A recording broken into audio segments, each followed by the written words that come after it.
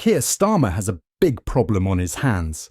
His government is practically bursting with ministers who have thrown some of the nastiest insults at the guy who's just about to become the leader of the free world.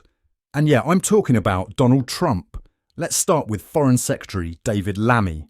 For years, he's been on a full-blown rant about Trump calling him everything from a neo-Nazi sociopath to air assist, and even comparing him to Hitler.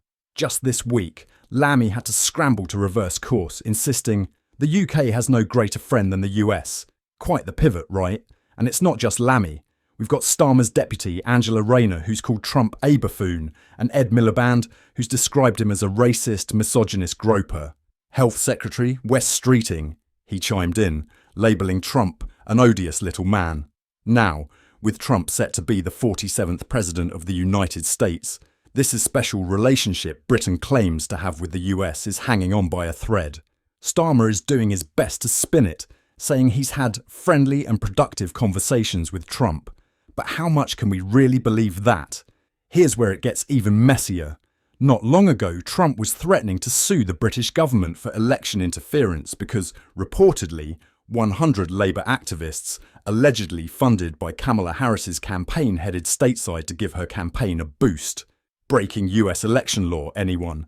And the last thing Trump's a fan of is weak leadership, which unfortunately is how he seems to see Starmer. Trump can smell weakness from miles away, and Starmer's government just doesn't scream strong ally. Meanwhile, Nigel Farage, a guy with Trump's ear, has already flagged a few major issues. One of the big ones? The Chagos Islands.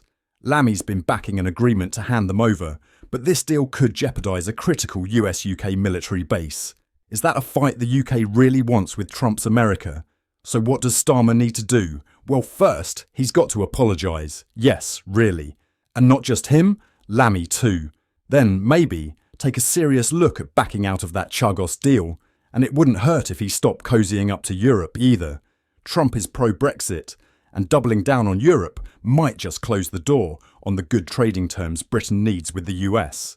At the end of the day, it doesn't matter if Starmer's government loves or hates Trump. Britain's future is on the line, and if Starmer can't act like a leader here, we're all going to feel the consequences.